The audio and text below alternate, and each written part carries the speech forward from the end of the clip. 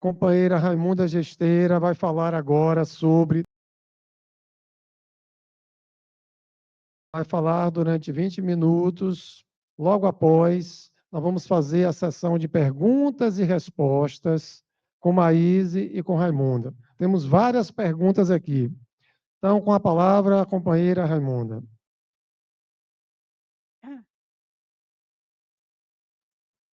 Bom, me foi dada a tarefa de falar sempre depois que vocês comem, então todo mundo está acordado, né? Sem comer, o povo já começa a dormir. Então, eu agradeço mais uma vez ao semeador por essa consideração, né? E aí, nesse momento, nós vamos falar dos transtornos do psiquismo. E o que seria isso? O médium vive entre os dois mundos, né? Isso, o médium é que está no meio. Isso é um termo médium, entre o mundo físico e o extrafísico. Médios todos nós somos, conforme preconiza o livro dos médios. Mas alguns de nós acham que não é, porque a gente só acha que é médio quando a gente vê, ouve, empresta a voz para que os espíritos falem, quando a gente psicografa. Aí a mediunidade é ostensiva, né? Como o nome diz, ostensividade. Então, esse aparelho, né? A glândula pineal, glândula da mediunidade, o livro Missionário da Luz, Dr. Sérgio Felipe, neurocientista, que tem um estudo sobre a glândula pineal. Essa glândula que durante muito tempo a medicina dizia que a gente nascia com ela, e ela tinha uma função, mas não era tão observada, e que hoje as pessoas se desdobram, tem médicos se desdobrando sobre o estudo da glândula pineal, porque é a glândula da mediunidade. Os espíritos já traziam para André Luiz, né? André Luiz já ditava Chico Xavier na série André Luiz, há muito tempo. Hoje, o que é novidade para muita gente, na série André Luiz a gente já vai encontrar Missionário da Luz e outros livros da série. A gente já tem uma discussão muito grande sobre a glândula pineal. Então, nós vivemos entre os dois mundos. E pense que o médium ostensivo, mais ainda, porque nós podemos ouvir o médium audiente, aquele que ouve, né? Os espíritos conversando com a gente. O médium vidente e a vidência é uma das mediunidades, talvez, uma vez uma pessoa me disse assim, cuidado, porque a vidência ela pode ser ela é uma das mediunidades mais que a gente pode se enganar. A gente vê de fato algo e achar que não está vendo, ao contrário. Então, é preciso trabalhar, por isso que a gente vai educando essas faculdades. A gente pode se enganar? Pode. Mas, à medida que a gente educa essas faculdades e fica no exercício, a gente vai conseguindo lidar com elas. A psicofonia, que é o quê? Nós emprestamos o aparelho fonador, a voz, para que os espíritos, através, mente a mente do desencarnado com a mente do encarnado, ele traz a mensagem e a gente passa a mensagem através da nossa voz. Alguns tipos de mediunidade que são assim raras, não é todo mundo que tem, mas tem umas assim, como o Chico Xavier, como o próprio Divaldo, a mediunidade sonambúlica, que é uma faculdade assim das mais difíceis de lidar, porque o médium ele fica inconsciente no transe, mas não é que ele vai cair, que ele vai se... Não, à medida que ele se educa, ele traz a mensagem, mas às vezes quando ele acorda, ele não lembra, quando ele sai do transe, às vezes ele não lembra de nada, do que foi dito, do que foi falado. A psicografia mecânica, o nome já diz, mecânico. Chico era mecânico. O espírito vem, traz a mensagem, no término da mensagem, ele terminou de escrever. A semimecânica, a participação do médium mais intensivamente. Então, tem inúmeras faculdades mediúnicas. Vejam só. O que é que vai falar do transtorno do psiquismo do médium? É como lidar com o que é nosso e com o que é do mundo extrafísico, mantendo o equilíbrio psíquico.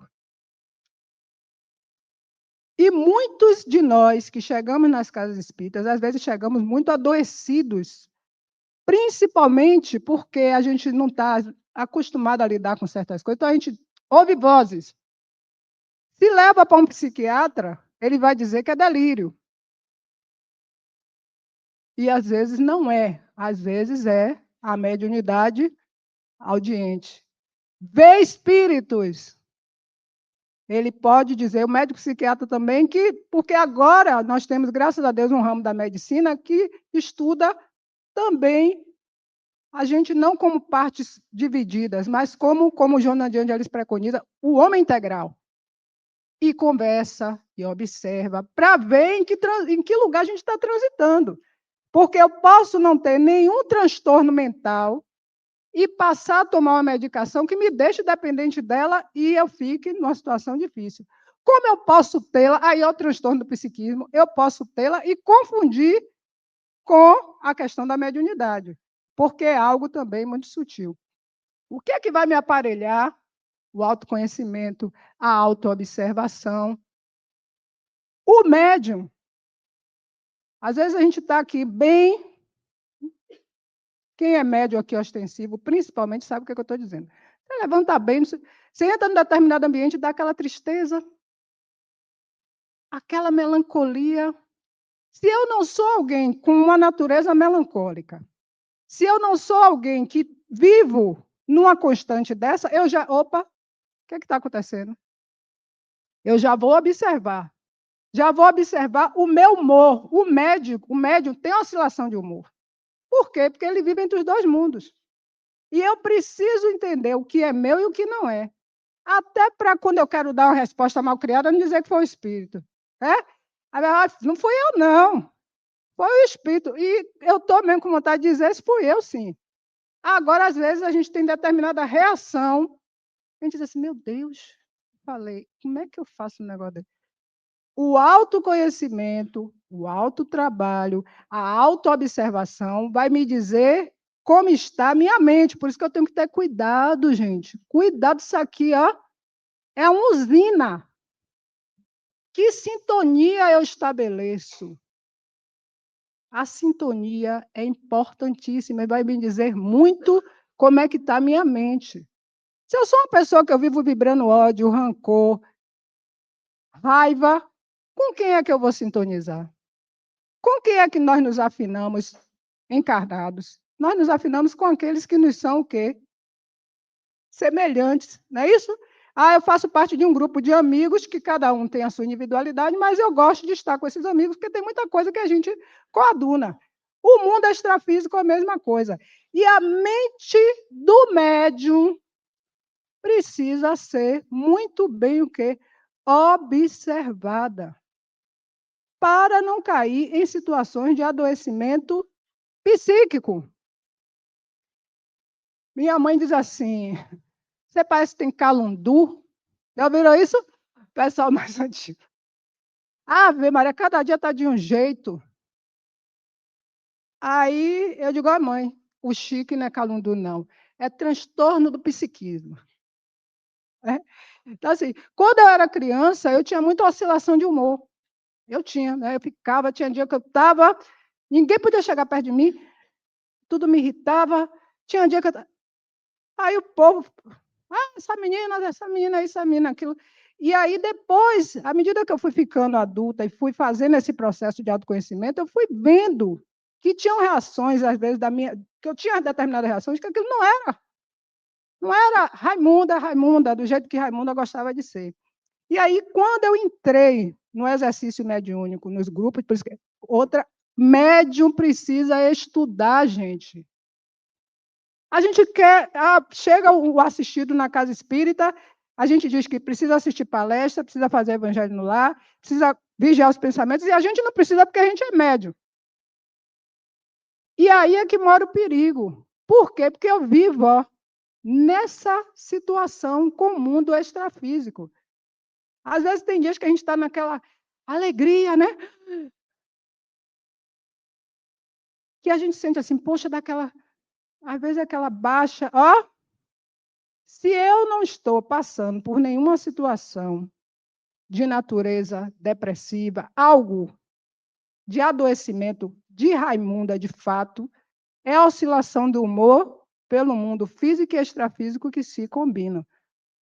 Se eu sou uma pessoa triste todo o tempo, eu tenho que olhar que tristeza é essa. Ah, são os espíritos, eu tenho que ver se sou eu que estou com algum adoecimento. Se eu sou uma pessoa eufórica o tempo todo, eu preciso olhar em que patamar está a minha mente. Se essas questões, às vezes, acontecem, ela pode estar relacionada à mediunidade? Pode. E eu preciso ter cuidado. Por isso que a gente precisa estar nos grupos. No grupo de estudo, é um trabalho terapêutico. Porque no grupo de estudo, na hora que você está estudando, os espíritos estão elaborando, a gente está ouvindo o companheiro, as dúvidas que um traz, pode ser as minhas, e vice-versa. A forma da condução, por isso que também quem conduz grupo de estudo, geralmente o aconselhável é que tenha mais de um coordenador, não tenha um só, para não ficar aquela coisa do poder, do controle, da nossa natureza, que a gente acha que... Então, inclusive porque se um tiver um problema, o outro pode substituir. Às vezes a gente não tem essa condição justamente pela falta de trabalhadores. Mas o ideal é que todo trabalho na casa espírita tenha mais de uma pessoa dividindo aquela tarefa. Por quê? Porque ali vai haver um equilíbrio. E o transtorno do psiquismo passa pela autoobservação. Quem sou eu? Como é que eu estou? Olhar o humor. Meu humor está oscilando muito. Eu vou ver se é da mediunidade de fato ou se eu estou precisando da ajuda médica, da questão terapêutica. Porque precisa. Às vezes tem momentos que precisa disso aí. Dr. Jorge André, psiquiatra, que desencarnou com 100 anos, quantas vezes o doutor Jorge André socorreu médios em desequilíbrio? Era chamado para poder fazer aquele trabalho, observar. Alguns, às vezes, precisavam tomar até algum tranquilizante por causa do estado de ansiedade, principalmente quando está naquele início, aquela situação que às vezes você não sabe lidar e você fica com medo, você sente presença e você não sabe o que é, e vem alguém que diz, está louco. Maíse falou aqui, de casas de médios que liga ventilador, bate porta, chamados REPs. Ó, lá em casa acontecia tudo isso, batia a porta. Pá, minha mãe disse assim, eu tranquei, foi a porta quando você começou a ter os negócios, que eu fiquei com medo de você. Eu digo, pô, consideração? Porque batia a porta do quarto, gente, ligava o ventilador sozinho, era uma loucura. Uma loucura. Eu não dormia acesa 24 horas. E aí, meu pai, coitado, que sempre foi o doutrinador da casa, meu pai, minha filha, o que você está sentindo, não sei o quê. E aí vinha e tal, e eu ficava, era aquela inquietação que eu sabia, assim, no meu dia a dia, Raimunda, sem nenhuma influência, não era aquilo ali. Eu digo, está acontecendo alguma coisa, eu vou ter que realmente buscar ajuda. Eu resisti muito, muito, porque eu tinha medo de um controle sobre minha mente. Achava que eu ia ser controlada. E aí, depois que eu vi que tudo é o exercício, a forma como você lida, e a gente só é controlado se a gente permitir não se educar, como sem ser médium ostensivo. O outro só nos controla se a gente permitir. Por isso que quando eu vejo alguns médicos que já trabalham há algum tempo, dizer, a entidade chegou, me pegou e me jogou no chão. Tem alguma coisa errada. A entidade mandou virar uma cobra me arrastando pelo chão. Alguma coisa errada. Ela pode até se apresentar de uma forma dessa. A forma como você dá a comunicação para dizer que ela está se apresentando, você pode demonstrar através da voz, mas médium que bate no rosto do doutrinador, porque a entidade mandou, mentira, ela está com raiva do doutrinador, queria bater mesmo. Pá, não sei o que lá. Acontece, gente, estou falando aqui de coisa que eu já vi. A pessoa não gosta do companheiro de trabalho, olhe, o espírito aqui, ó. Você é isso, aquilo, outro. Me desculpe, o espírito mandou dizer, eu queria dizer. Então a gente não pode ficar usando, e se eu ficar usando muito desse tipo de expediente, transtorno do psiquismo, porque eu vou começar a entrar numa seara que não é muito boa. Porque os espíritos zombeteiros, os aproveitadores vão dizer, aí é celeiro certo para eu usar para esse tipo de coisa. Que a gente começa a achar que pode fazer muito disso. Eu me lembro, uma vez na mediúnica tinha um casal, né? Meu Deus, lá vou eu contar as coisas. Aí tinha um casal, bons trabalhadores, mas quando tinham os problemas deles em casa, eles levavam para o trabalho. Um dia tiveram lá qualquer situação, eu estou vendo. Você, a mulher, saiu ontem, voltou 3 horas da manhã, dormiu não sei que hora. Que é isso? Aí, o marido, coitado, que era doutrinador, né? Todo constrangido e tal, pessoal. Doutrina o espírito. Eu digo, para. Eu digo, eu vou doutrinar. Eu digo, fulana, saiu do trânsito. Eu digo, resolva seu problema com seu marido em casa. Entendeu?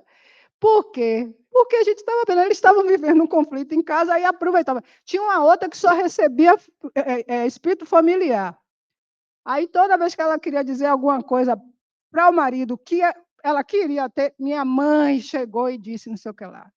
Manhã está aqui, não sei o que lá. Pare. Entendeu como é? E isso tudo, às vezes, vai se tornando um vício. Um vício que pode o quê? Afetar do ponto de vista psíquico. Sim, porque esses espíritos de baixa densidade vão se aproveitar da minha desonestidade no trabalho para me usar como marionete, como peão. Então, os transtornos vão passar muito por essas questões aí, ó, oscilação de humor, irritabilidade. Observe que tem pessoas, às vezes, que chegam na casa espírita, que a pessoa fica com a perna movimentando, numa inquietação, que, às vezes, aquilo é de alguma questão que ela traz do ponto de vista da saúde mental, ou ela está sob uma influência. Uma inquietação, você percebe, a pessoa fica assim. E tem algumas pessoas que, no início, que a mediunidade está muito latente, a pessoa não sabe lidar, que perde o sono, fica dentro de casa caminhando para lá. Evangelho no lar, palestra, água fluidificada. A gente não pode, a pessoa chega no nível de desequilíbrio desse e bota logo numa sala mediúnica. Não pode fazer isso. Isso é irresponsabilidade com a pessoa e com o trabalho. Mas ela está manifestando, não sei o que lá. Muitas vezes ela está num estado em que ela precisa primeiro se equilibrar para depois ir para o trabalho mediúnico. Por quê? Porque, como eu disse anteriormente, um doente não pode dar assistência a outro doente. E eu vejo ainda, nos dias de hoje, 2025, muitas casas que fazem isso. A pessoa chega, está com aquele padrão de desconforto, porque às vezes você fica com dor de cabeça, um mal-estar, e precisa ajustar aquilo ali. Não, leva para a mediúnica que vai resolver logo. Não vai resolver. Pode causar, inclusive, uma questão de ordem mental. Então, qual é a orientação? A pessoa entrar na assistência espiritual da casa, grupo de estudo, melhorar aquele padrão para ela ser inserida nesse processo, não é? Falta de controle sobre as manifestações. Isso tem muito a ver sobre o transtorno do psiquismo. Principalmente se você já está no trabalho mediúnico há um bom tempo e você continua dizendo que o espírito mandou você levantar, mandou você derrubar a cadeira, mandou você empurrar. Aí tem alguma coisa errada com essa pessoa, que está precisando se ajustar. E, mais uma vez, eu digo, não é fácil ser coordenador de trabalho, mas o coordenador precisa ter essa voz. Precisa ter essa coragem de chamar essa pessoa para dizer, olha, no momento, você precisa se equilibrar. A pessoa vai sair da casa, vai ser... Não, ela pode estar em uma outra tarefa, enquanto ela vai melhorando para o exercício sadio. Porque aí também está preservando o próprio médium de um possível adoecimento. Porque pense, imagine se eu estou aqui muito adoecida, né? Com uma série de coisas, a mente acelerada, com um bocado de problema, e eu estou ali. Uma mente doente não pode acolher outra mente doente. É fato. E a gente não ficar preocupado com o que A ou B vai dizer, porque a gente tem muito essa preocupação. O que é que a casa vai falar de mim? Se a casa falar de mim, a casa não está bem preparada, não está educada e não está entendendo qual é o papel da doutrina, que não é excluir e falar de ninguém, é acolher e trabalhar no bem.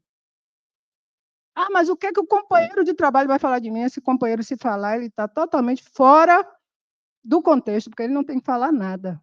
Ele precisa estar atento ao trabalho que lhe diz respeito e solidário com o conjunto.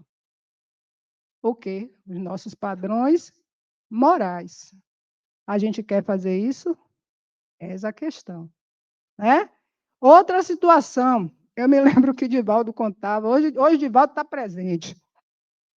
Eu lembro que ele conta, inclusive tem no livro sobre a sua vida, acho que o livro de Ana Lande também tem, que tem um que eu li há muito tempo, foi um dos primeiros que fizeram assim, contando sobre as muitas situações que ele vivenciou, inclusive no filme. Que ele disse que quando ele começou essa coisa do exercício mediúnico, que ele ainda não tinha aquele controle melhor para entender, inclusive, a questão da vidência, porque Edivaldo, assim como Chico, tinha várias faculdades mediúnicas, né? E a gente acha que ter várias faculdades mediúnicas é ser estrela. Não, são tarefas e resgates que precisam ser trabalhados.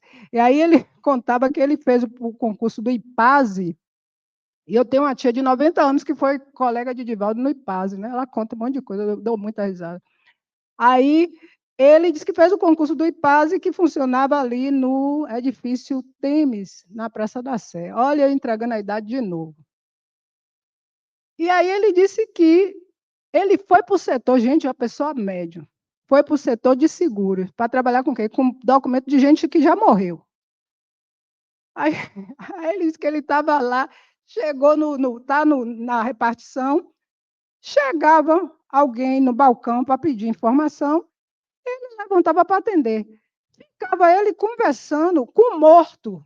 Era um espírito que vinha conversar. Aí disse que os colegas, todo mundo olhando, o que esse cara está nesse balcão conversando com quem? E ele, tererê, tererê. Aí a pessoa, vim saber do meu processo, por que ainda não pagaram, não sei o quê. Quando ele chegava no arquivo, a pessoa já tinha morrido há não sei quantos tempos. Ele disse que voltava, Deus, constrangido, todo mundo olhando para ele. Aí o chefe pegou e disse, Divaldo, vou lhe mandar para o psiquiatra. Porque você fica no balcão conversando com ninguém, atrapalhando o serviço, vamos lhe mandar para o psiquiatra da instituição. Aí ele foi. Aí disse que quando chegou lá, aí o médico está, o senhor ouve vozes? Ouço. Pronto. Uma doida. O senhor vê espírito? Vejo. Deite ali. Mandou ele deitar, supostamente para examiná-lo, né? Aí apareceu um espírito amigo e disse assim, Baiano, levante daí que ele vai lhe dar eletrochoque, se mande. Aí ele disse que levantou correndo, e o médico, o senhor volte, o homem tinha que pegar o negócio para dar eletrochoque, né? Aí fez o relatório, queria tirá-lo, mas, como ele era um funcionário assíduo, não sei o quê, aí deram uma segunda chance, aí uma colega disse a ele assim, ó, Divaldo, faça o seguinte, você fica sentado. Se eu levantar, se você me ver levantar para ir no balcão, é porque é gente viva. Aí você vai lá. Se ninguém levantar e você ver, permaneça na máquina de datilografia. Aí ele disse que foi. Entendeu? Gente, veja que coisa, né? Então, ele disse que ali ele foi aprendendo, aprendendo, aprendendo. Isso ele já estava, assim, num certo exercício, mas ainda tinha essas dificuldades. Né? E dizer que, quantas vezes, aí a gente volta para essa questão do psiquismo, quantas vezes, Divaldo, na reunião mediúnica, que era dia de quarta, na mansão, já com muito tempo de trabalho, ele recebia, dava assistência a espíritos dificílimos. Dificílimos. Quem coordenava era Nilo Calazans, que era do projeto Filomeno. Porque ele, como médio ostensivo, como bem diz a literatura, ele ficava mais à disposição do intercâmbio. E aí, espíritos dificílimos, para logo depois de uma comunicação difícil, vinha o doutor Bezerra de Menezes e dar a calma para o ambiente, dar a mensagem consoladora, mas o exercício sempre com Jesus. A autoobservação, quem sou eu, o que é que eu estou fazendo? Divaldo sempre falava isso, que ele ficava ali, foram 98 anos, né? Quando ele realmente parou o exercício, já foi com 95, 96, que ele já começou, né, a ficar mais debilitado, anos trabalhando, se auto-observando e sempre falando de autoconhecimento. Uma pessoa com mais de 70 anos de exercício de trabalho, com mais de 90 anos, e falando do autoconhecimento, que nunca para. Porque a gente diz que a gente se conhece, ainda diz que conhece o outro, né? Eu conheço bem você, eu digo misericórdia. Eu não me conheço, você vai me conhecer, né? Então, é um exercício diário e ininterrupto. O transtorno do psiquismo passa por essa questão, do trabalho com a mente. Cuidado, o médium precisa, todos nós precisamos ter cuidado com nossa mente. E o médium mais ainda, porque a gente vive entre dois planos. Ideia intrusiva veio na cabeça, não tem nada a ver aquilo que eu estou pensando, opa, me recolho, pego o evangelho, faço uma leitura. Não dou vazão, a casa da gente não é lugar de reunião mediúnica. Eu vejo o pessoal dizendo que toda vez que vai fazer o evangelho lá tem reunião mediúnica. Reunião mediúnica na casa espírita. Obsessão. Nosso próximo tema é reunião mediúnica é dentro da casa espírita. É no lugar onde há uma aparelhagem. O evangelho no lar é para equilibrar a psicosfera da nossa casa, a gente pedir pela paz do planeta, do mundo. Claro, na minha casa mesmo, nós somos médiuns, né? E, às vezes, a gente está no evangelho no lar, eu percebo alguma situação, mas eu anulo logo assim, vamos orar, vamos pedir. Ninguém lá em casa dá vazão para que a casa vire reunião. E alguns de nós fazemos disso um exercício e ainda diz assim, na minha casa sempre chega a entidade. Cuidado, para que não se torne um lugar de difícil convivência. Por quê? Porque pode chegar espíritos do bem, mas pode chegar espíritos de uma densidade muito baixa. E quem não sabe lidar com a situação dessa dentro de casa pode ter uma série de problemas. Lugar de reunião mediúnica é na casa espírita. Lugar de intercâmbio é no ambiente propício. A gente não faz cirurgia dentro de casa, a gente faz cirurgia onde? No centro cirúrgico. Não é isso? Então, a gente tem esse cuidado. Os médiuns ostensivos aqui presentes, vigiem seus pensamentos. Todos nós devemos vigiar, mas aqueles cuja ostensividade nos faz antenas diárias, cuidado. Eu estou numa tela virtual, não tem nada. Tem. Uma imagem daquela pode desorganizar nossas mentes. Eu estou ouvindo uma música de baixa densidade. Eu posso entrar num processo de desequilíbrio? Posso. Porque ali eu sou o quê? Eu sou cooptado. Então, vigilância, orar e vigiar não faz mal a ninguém. Muito obrigada.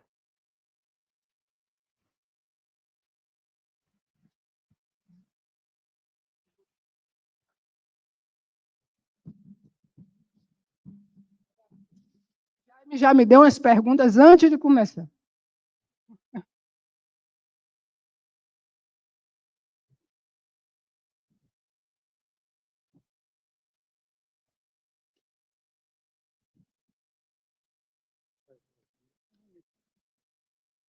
Bem, pessoal, vamos às nossas perguntas e respostas.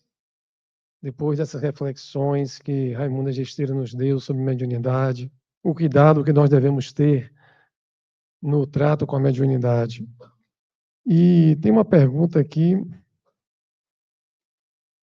para Maíse.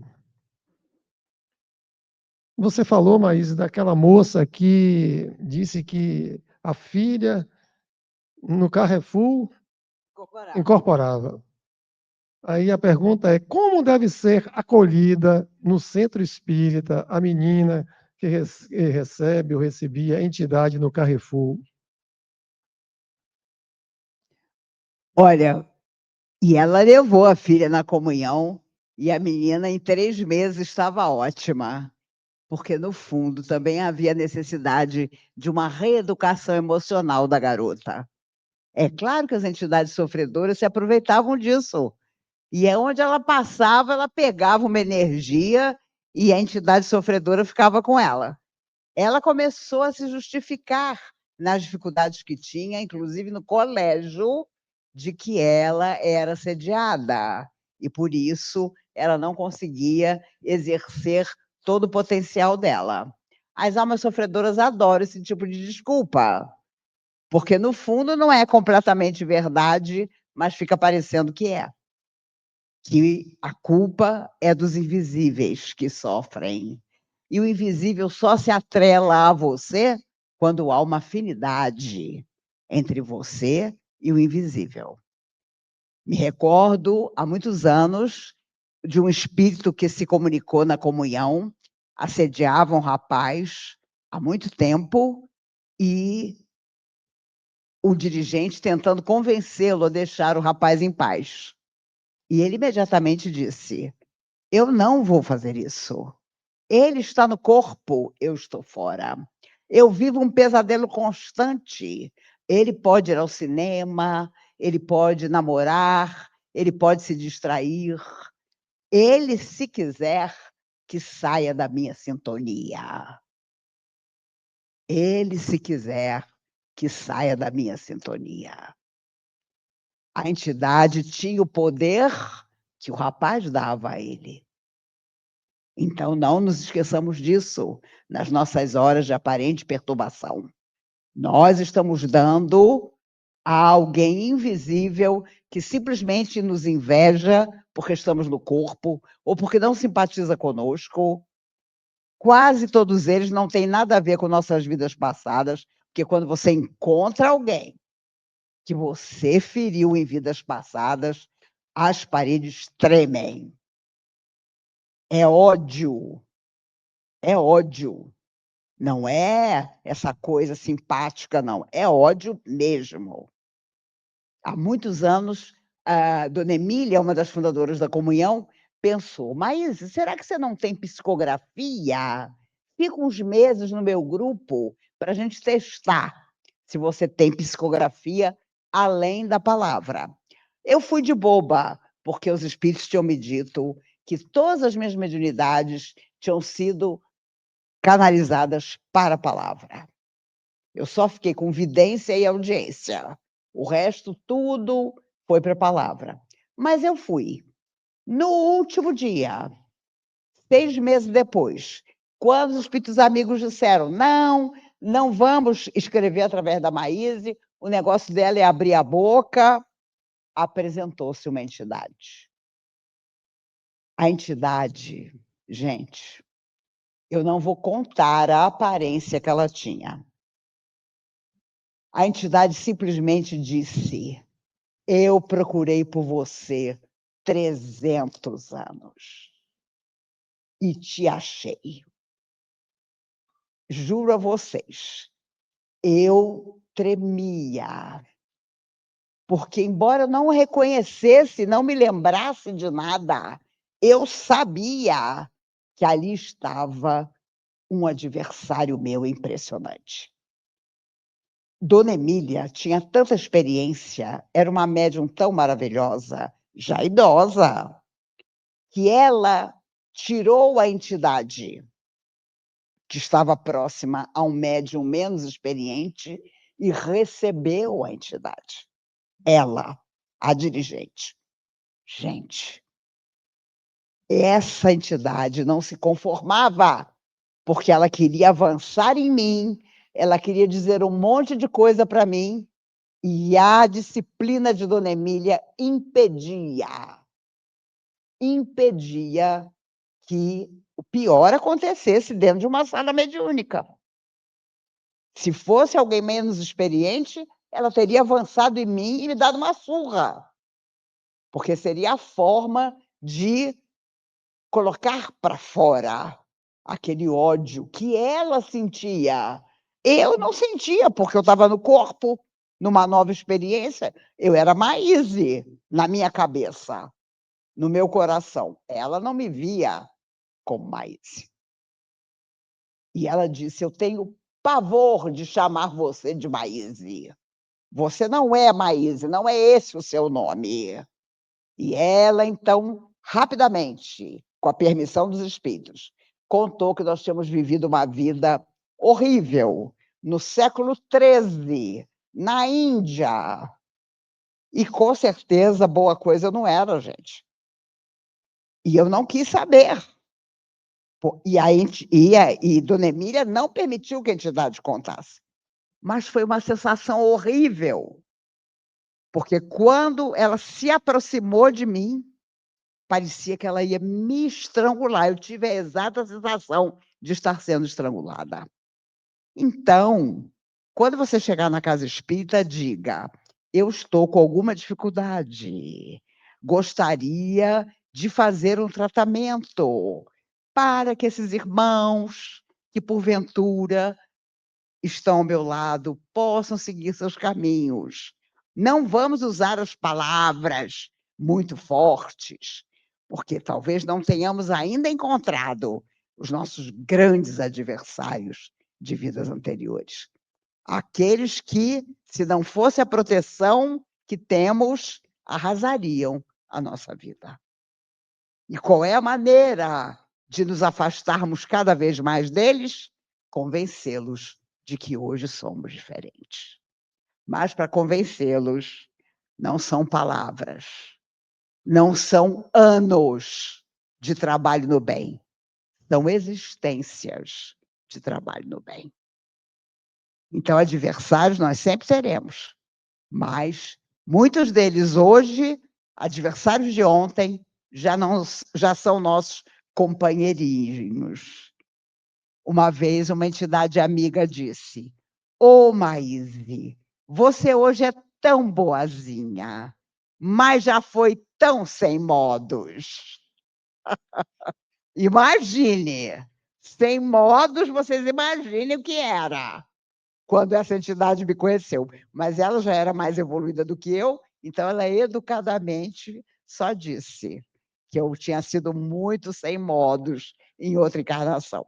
Acho que sem modos todos nós devemos ter sido, porque nós somos o passado em forma de presente e ainda precisamos mergulhar na carne, porque tem coisas que só se resolvem na carne. Você pode encontrar o cara 500 vezes do lado de lá. Você tem que encontrar a pessoa na Terra para refazer o seu destino e o destino dela. Ok. Raimunda, qual a sua opinião sobre casas espíritas que têm a prática de realizar reuniões mediúnicas públicas? Totalmente equivocada. Vou de novo para a literatura. Tem lá no Livro dos Médiuns, 10 reuniões mediúnicas. As reuniões mediúnicas devem ser reuniões fechadas, de grupos afins que tenham um trabalho onde não pode toda hora entrar e sair uma pessoa. Reunião pública, aberta, tem alguma coisa errada aí. Até porque, minha gente, vamos pensar, imaginemos o seguinte: quem é que vai adentrar nesse ambiente? Pessoas que não têm conhecimento do que está acontecendo, curiosos, etc. Então, eu abro, tem lá o médium que incorpora, o que fala, o que grita. Que brincadeira é essa? Esse é um trabalho sério. E essa pergunta foi muito necessária, porque eu ouço, nos lugares onde eu chego, de vez em quando essa pergunta surge. Então, significa dizer que isso tem sido uma prática maior do que o que a gente possa imaginar. Né? Então, a época de Kardec, das mesas girantes, onde as pessoas iam e assistiam aquela questão fenomênica, era necessário até para a credibilidade de que existia um mundo para além da matéria. Então, as mesas giravam, obedeciam determinados comandos para se falar de algo que precisava começar a ser consolidado. Depois de um tempo, nós vamos ver que as reuniões começam a ser o quê? Fechadas, com grupos organizados, nos quais esses grupos precisam manter sigilo, coesão, estudo. Eu tenho muito medo de lugares onde toda hora entra e sai uma pessoa. Não, fulano estava aqui, não gostou, estava nessa mediúnica, não gostou, foi para a mediúnica, ainda tem assim, foi para a mediúnica de Jaime, foi para a mediúnica de Raimundo. Eu digo, mediúnica agora tudo tem dono. Né? E quem é que recebe mais espírito na mediúnica? Gente, cuidado com essas coisas. Até porque pode ter um adoecimento coletivo, da casa, inclusive. Quem estiver num trabalho desse, reveja seus conceitos. Procure um lugar de seriedade de trabalho. Perguntaram minha opinião, eu digo que eu sou totalmente contra. Não quero estar nesse lugar. Se fosse alguém iniciando, que alguém me colocasse num lugar desse, sem que eu tivesse conhecimento de nada, eu ia ficar muito entristecida de ter sido conduzida para um abismo, porque, de fato, o é.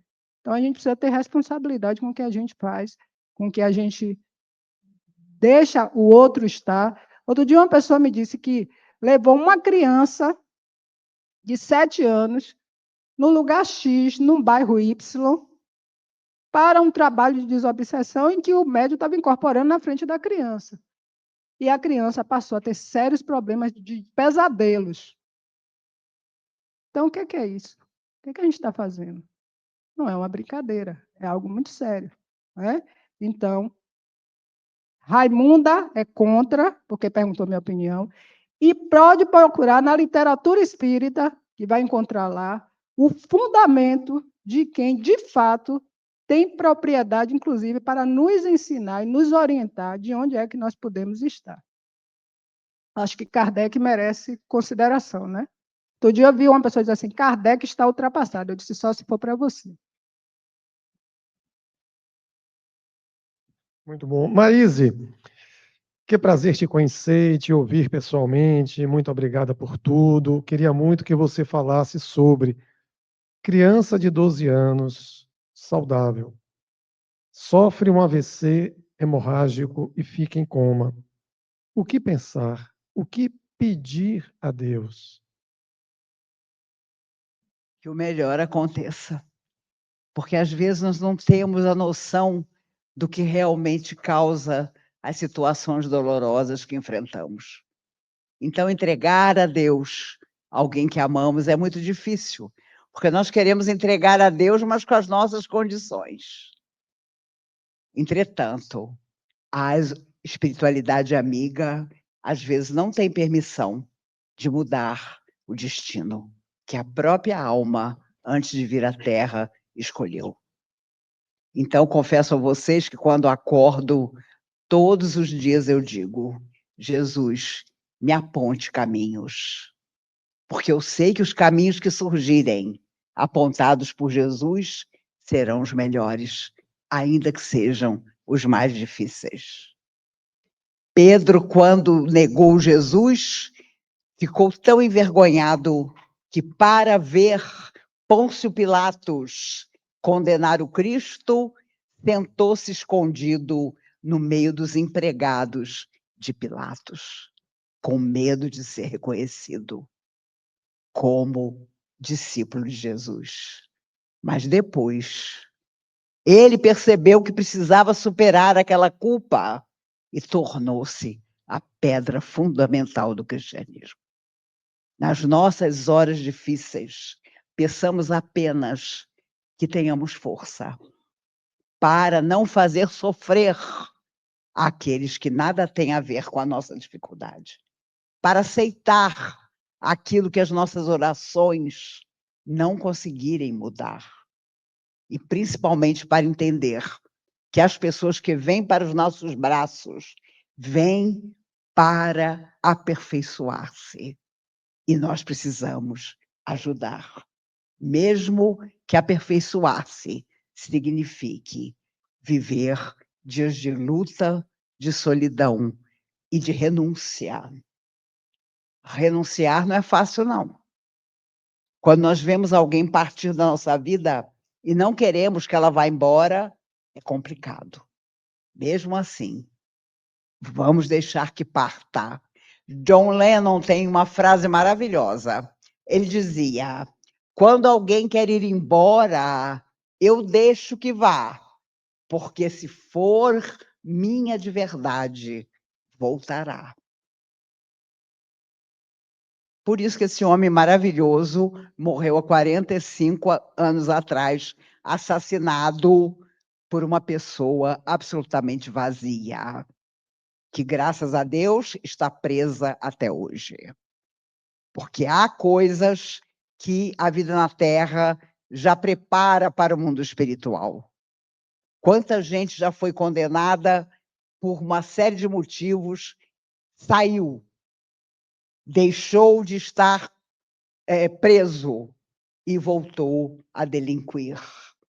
E a viúva de Lennon, hoje com mais de 90 anos, pediu à justiça americana que enquanto ela e os 2 filhos dele forem vivos na terra, quem o matou não saia da cadeia.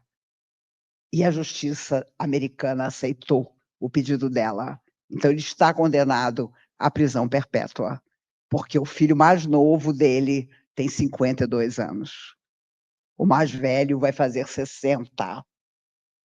E a verdade é que, como disse quando ele morreu, o Milton Nascimento, por que um coração apaixonado é tão fácil de parar? Será que é porque ele vive mais perto de Deus e pode atordoar um coração vazio? Talvez. E às vezes nós recebemos perto de nós pessoas para quem nós desejamos o melhor, mas o melhor, por enquanto, não é o grande ensinamento que aquela pessoa terá. Tenhamos essa consciência, porque nós ainda vamos viver muitos dias difíceis. Não do jeito que falam no YouTube, 3 dias de escuridão. Vá ao supermercado, estoque comida, tire dinheiro do banco. Os últimos dias de 2025 serão terríveis.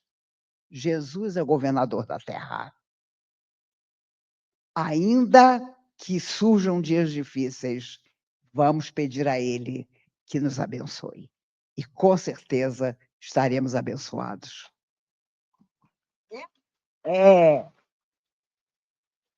Olha, eu vendo Raimunda falar e vocês com tanto carinho ouvindo a mim e a ela, pensei, se nós fôssemos doidas, fundávamos aqui um centro espírita. Ia ser o maior centro espírita do Brasil, com a mediunidade que vocês todos têm. Quem sabe, né, meu filho? No dia que a gente ficar doida, mas como diz Caetano Veloso, de perto ninguém é normal. Bem, Raimunda, há uma condição irresistível de que o médium de psicofonia sofra, isso é, circunstância que o médium simplesmente não consiga aceitar o transe, mesmo quando seja orientado a fazê-lo, por exemplo, para atuar como médium de sustentação da reunião mediúnica. Olha, como eu disse anteriormente, né, no nosso primeiro momento, a mediunidade é uma faculdade orgânica, nós nascemos com um aparelho psíquico organizado para tanto. Mas nós não somos obrigados a entrar nessa seara. Eu vou botar uma faca nos seus peitos para você estar aí. Não, ninguém vai fazer isso conosco. Mas nós vamos ter alguns problemas no sentido de como, porque precisa diluir, porque a gente começa a ficar com essa usina cheia. São muitas informações que vão chegando e a gente precisa dar vazão a tudo isso. Se eu sou alguém, eu conheço uma pessoa trabalhadora de uma casa aqui de Salvador, que uma vez ela estava fazendo um curso conosco, e ela disse que ela sentia a cabeça, parecia um rádio, né? Aquelas ondas de informações, e ela nunca quis aceitar essa condição, porque ela disse que sempre teve muito medo de estar numa sala mediúnica. E aí ela disse, olha, minha ousadia, eu fiz uma troca com a espiritualidade. Eu disse que eu gostaria de ser expositora, de dar curso na casa espírita, porque assim eu estaria trabalhando a minha mente, o meu psíquico, passando a mensagem evangélica, sem necessariamente estar no transe, na psicofonia. E ela vinha fazendo isso com um certo sucesso, já tem um tempo que eu não a vejo, isso foi num curso que eu estava participando, ela colocou isso, mas ela disse que de vez em quando, mesmo estando fazendo isso, ela tinha momentos que ela tinha muito mal-estar, né?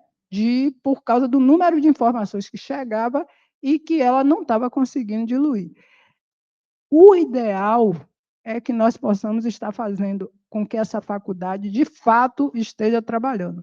Mas, se eu não quero, se eu tenho medo, se eu acho que não vai dar certo, eu preciso estar numa tarefa do bem, eu preciso estar fazendo algo que eu possa desprender essa energia. Eu não posso ficar parado Eu não posso não fazer nada, porque eu posso ter algumas questões do ponto de vista, inclusive, do transtorno psíquico, né? Então, eu sou obrigado a estar na sala mediúnica, ninguém vai nos obrigar. Mas vamos trocar a palavra obrigado por precisar. Eu preciso estar nesse exercício para ter uma vida, uma mente sadia, uma qualidade de vida de fato, porque é um tormento. Eu falo por experiência.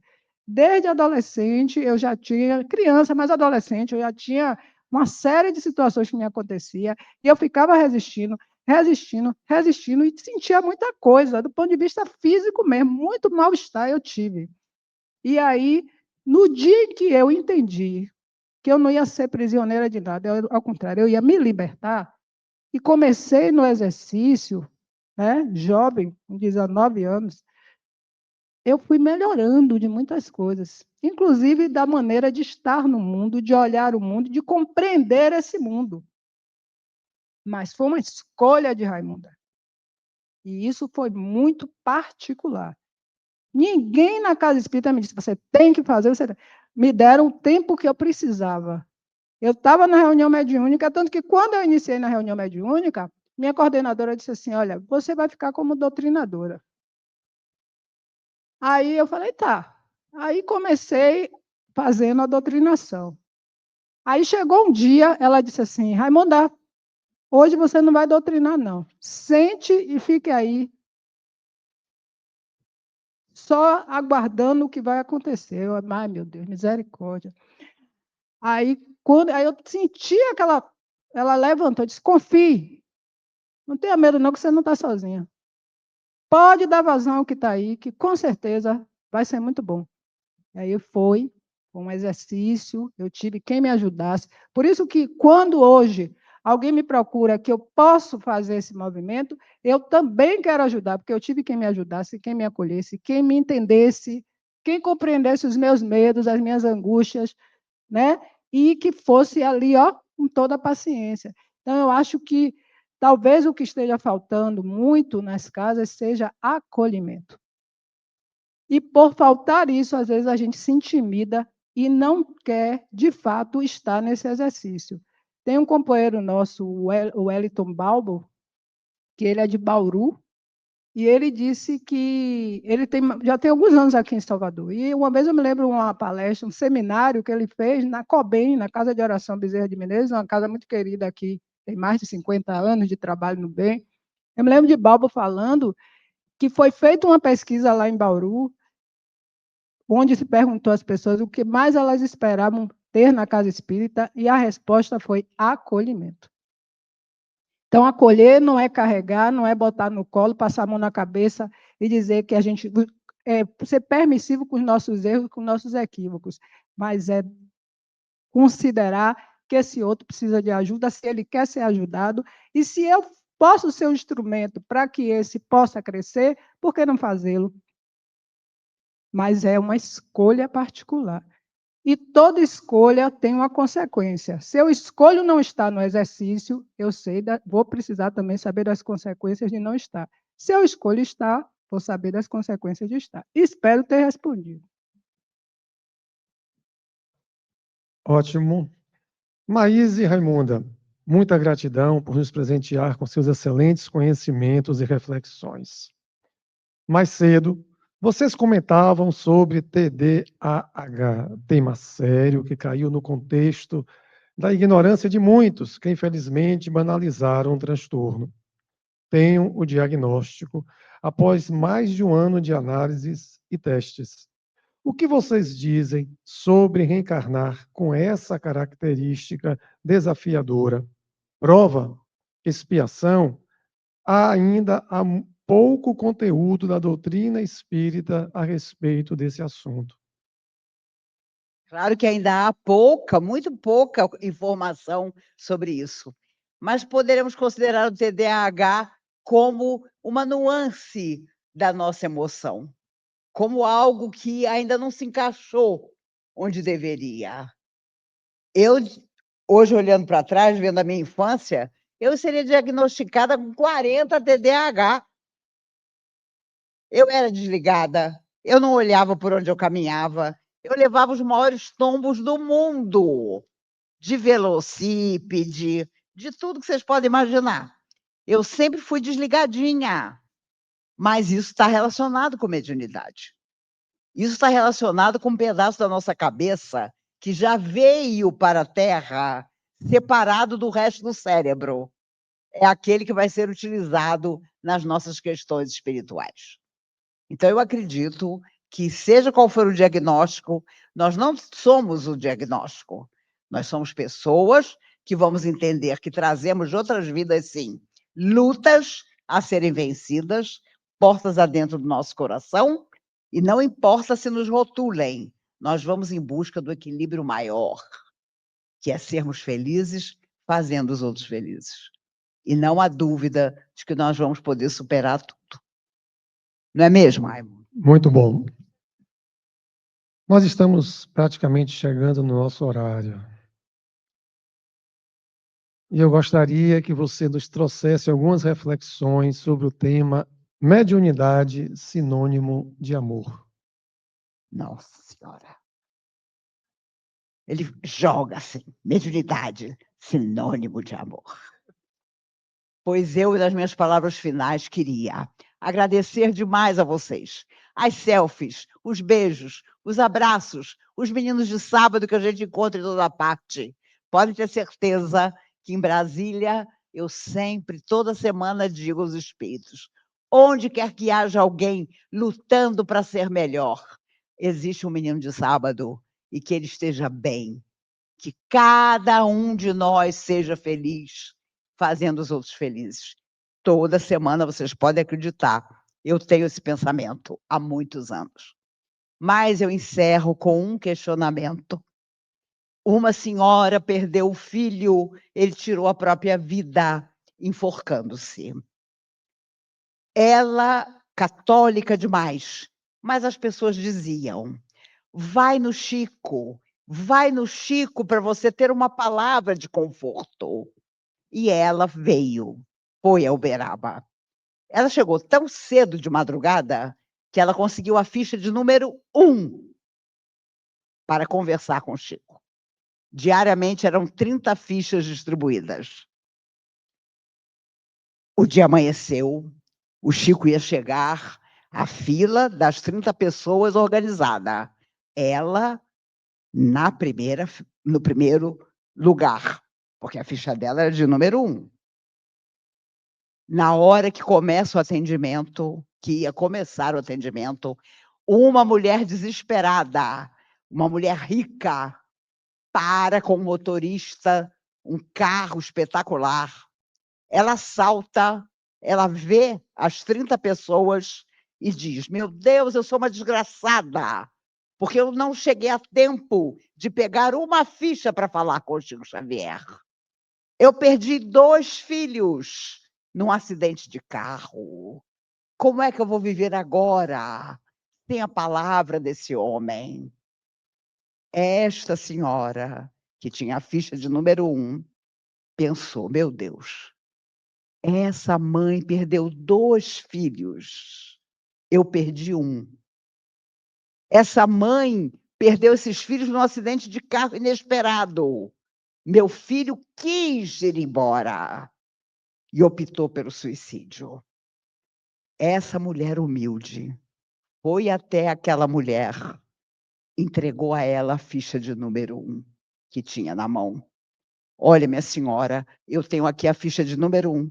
A senhora vai ser a primeira a conversar com o Chico Xavier. Entregou para a mulher a ficha. A mulher, ávara, segurou como se merecesse aquela ficha de número 1. E a senhora humilde voltou para o hotel onde estava hospedada. De madrugada, ela já fez a bolsa dela, porque de manhã cedo ele ia tomar o ônibus para voltar para a cidade dela. De madrugada, o rapaz do hotel bate na porta. Senhora, Chico Xavier mandou chamar a senhora. Olha, deve haver um engano. Eu tinha a ficha de número 1 para falar com ele, mas entreguei para uma outra mãe. Não, é a senhora mesma. Ele sabia que a senhora estava hospedada aqui, mandou chamar a senhora. Isso eram 3 horas da manhã. Ela se arrumou rapidamente e foi até o Chico. Na hora que ela entrou, ele começou a ler a mensagem. Minha mãe, você sabe, eu não deveria estar aqui, porque eu tirei minha própria vida. Mas Emmanuel foi me buscar onde eu estava, em sofrimento, e disse: meu filho, se levanta, porque sua mãe precisa saber de você. E eu estou aqui, minha mãe, sem merecimento, para te dizer que morte é vida. Esta mãe chorava, o Chico chorava, e aquela outra senhora, obviamente, não teve notícia dos seus filhos. Mas aquela mãe que abriu mão da ficha de número 1, com a sua renúncia, trouxe o seu filho de uma região de sofrimento para comunicar-se ali. Eu encerro, meus queridos, com muitos agradecimentos a minha participação em nosso encontro, perguntando: qual é a ficha de número 1 que está na nossa mão e nós não estamos doando para alguém? Qual é a ficha de número 1 que nós estamos guardando? Sabe-se lá para que dia? Quando o outro precisa agora do nosso gesto na direção dele. Voltemos para as nossas casas e pensemos sobre isso. Qual é a ficha de número 1 que eu tenho na mão e eu estou escondendo, eu estou privando outra pessoa de ser feliz com a minha ficha de número 1. Combinado? Combinado. Combinado. Meninos, eu não tenho jeito. Eu já prometi que em outubro do ano que vem eu venho à Feira de Santana. Como fica 1 hora daqui, nós vamos nos encontrar novamente.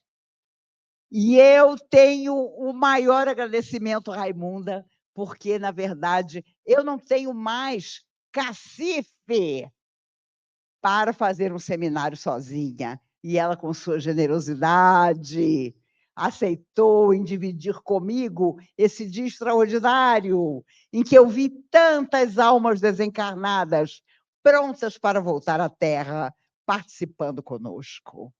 Eu vi tantos espíritos que protegem vocês, com cadernos na mão, claro que moderníssimos, nem tem na Terra, mas assinando o compromisso de vocês, que eles vão fazer com que aconteça, para que vocês sejam mais felizes, fazendo os outros felizes. Que essas almas abençoadas, que se programaram desencarnadas para estar aqui no dia de hoje, possam levar por todos nós o beijo àqueles que estão fora da matéria, porque em breve nós vamos trocar de lugar. Nós que estamos no corpo, vamos sair dele. E eles que estão invisíveis vão voltar. Que felicidade saber que até que sejamos perfeitos, nós vamos fazer isso muitas vezes, seja na Terra, seja em outros planetas. Eu confesso a vocês que comigo está tudo pronto para eu ir para Saturno. Vocês vão me encontrar num daqueles anéis de Saturno. Porque para a Terra, meninos, eu só volto depois que desencarnar como Maíse, no dia em que o que valer na Terra for o bem que cada um fizer. Sem religião, sem diferença. Aquilo que você doar ao outro vai voltar para você. E seremos todos infinitamente felizes. Muito, muito obrigada por tudo. Não se esqueçam que vocês podem trocar o livro que veio ao contrário em www.aqueletempoentrenós.com.br. A Mariana vai estar esperando para trocar o livro. Você tira o papelzinho da dedicatória e enfia no livro novo. Vamos passar a palavra rapidamente a Raimunda, fazer suas considerações finais. Meus amigos, eu quero agradecer. Tem um pessoal que fala assim, quero agradecer primeiramente a Deus, né? E eu acho que essa frase é muito forte e necessária, porque eu quero agradecer a Deus, a Jesus, aos espíritos que laboraram aqui a tarde toda conosco, por esse presente de estar com alguém com quem eu muito aprendo e que eu não pensei que na minha trajetória eu tivesse a honra e a oportunidade de estar junto, dividindo um trabalho, porque eu me inscrevi, contar aqui um segredo para vocês, segredo que todo mundo já sabe, de que eu me inscrevi, mas para lhe ouvir. Então, logo eu soube que o seminário iria acontecer, eu me inscrevi para ouvi-lo, acho que fui uma das primeiras.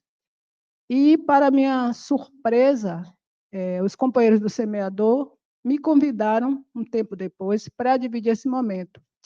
E eu me lembro que no dia que Zé ligou para mim, eu tomei assim aquele susto. Minha mãe estava junto de mim e disse: o que foi, menina? Você está com o olho arregalado? Se é espírito, sai daqui.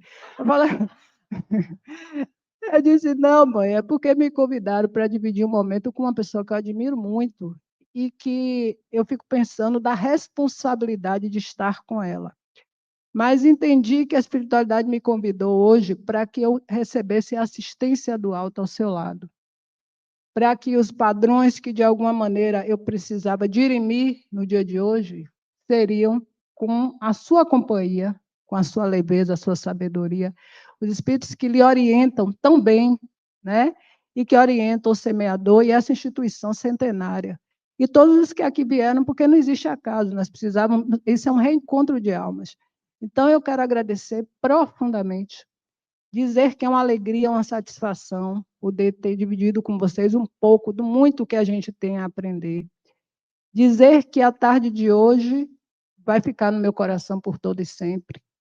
Dizer que a minha amiga Maria Clara, que está ali sentada, que é minha vizinha, hoje, quando eu vinha para cá, ela trabalha numa casa próxima de nós, ela estava no Place, porque ela também estava vindo para cá, e quando eu fui descendo, ela disse assim: amiga, vocês foram unidas para o dia de hoje. E com certeza vai acontecer muita coisa boa. Então, ela está ali, está olhando para ela. Muito obrigada, viu, minha amiga? Você foi muito bem intuída. E finalizar mesmo, dizendo o seguinte, contando aqui uma fábula de uma senhora que tinha uma sogra, que ela não gostava dessa sogra. Tinha muito ciúme do filho com a mãe, e a mãe tinha muito ciúme dela com esse filho. E ela chamou uma amiga e disse que queria que a sogra desaparecesse. A amiga a convidou para procurar um mago que sabia mexer com produtos onde as pessoas podiam fazer com que as outras desaparecessem sem que ninguém descobrisse, sem deixar vestígios. Foram dentro de uma floresta buscar esse mago. O homem deu um vidrinho com um produto para ela e disse assim: olha, bote todo dia na comida, agora passe a tratar sua sogra bem, porque se ela morrer, vão achar que foi você que envenenou. Então, você tem que tratar bem para parecer que está tudo bem. E ela veio, começou a botar o produto e começou a ficar... E aí começaram a conversar, dar risada, e ela foi descobrindo um lado da sogra que ela não sabia que existia, de alegria, de amorosidade, e a sogra com ela. E aí ela chamou a amiga e disse assim: eu estou arrependida, eu não quero mais que minha sogra morra. O que é que eu faço? A amiga disse: agora está perdido, caixão e vela. Aí ela disse: mas eu quero mudar isso. Ela disse: então vamos voltar lá no mago para ver se ele pode desfazer esse negócio. Voltaram. Quando chegaram lá, o mago disse a ela: por que a senhora quer desfazer? Não, porque eu descobri que ela tem um lado bom, que é uma pessoa boa, eu não quero mais que ela morra. Aí o mago disse assim para ela: mas o que eu lhe dei não fez efeito nenhum. Não é nada aquilo ali, era um simples placebo, porque vocês precisavam descobrir o lado bom que todos nós temos, a essência profunda do bem. Agora volte e caminhe com sua sogra na comunhão do amor e da paz. Então, é o que eu desejo para todos nós, para esse amor que nos une de outras vidas e que hoje se consolidou mais ainda. Agradecer ao universo que nos permite esses reencontros, principalmente ao grande Criador que nos trouxe na tarde de hoje, onde eu saio daqui feliz, energizada e com muito aprendizado de tudo que foi dito por você. Muito obrigada. Imagina. E, claro, eu nem vou perguntar como ele está, porque ele está entre nós duas, maravilhado. Eu sou Obrigada a abençoado. todos os voluntários, os organizadores, aqueles que estão ali, aqueles que pensaram esse encontro. Vamos fazer muitos. Quem dera todos os grupos sociais pudessem se reunir e pensar um pouco sobre a própria vida, como nós fizemos hoje. Que até o nosso próximo encontro nós estejamos ainda melhores, meus amigos. Muito obrigada.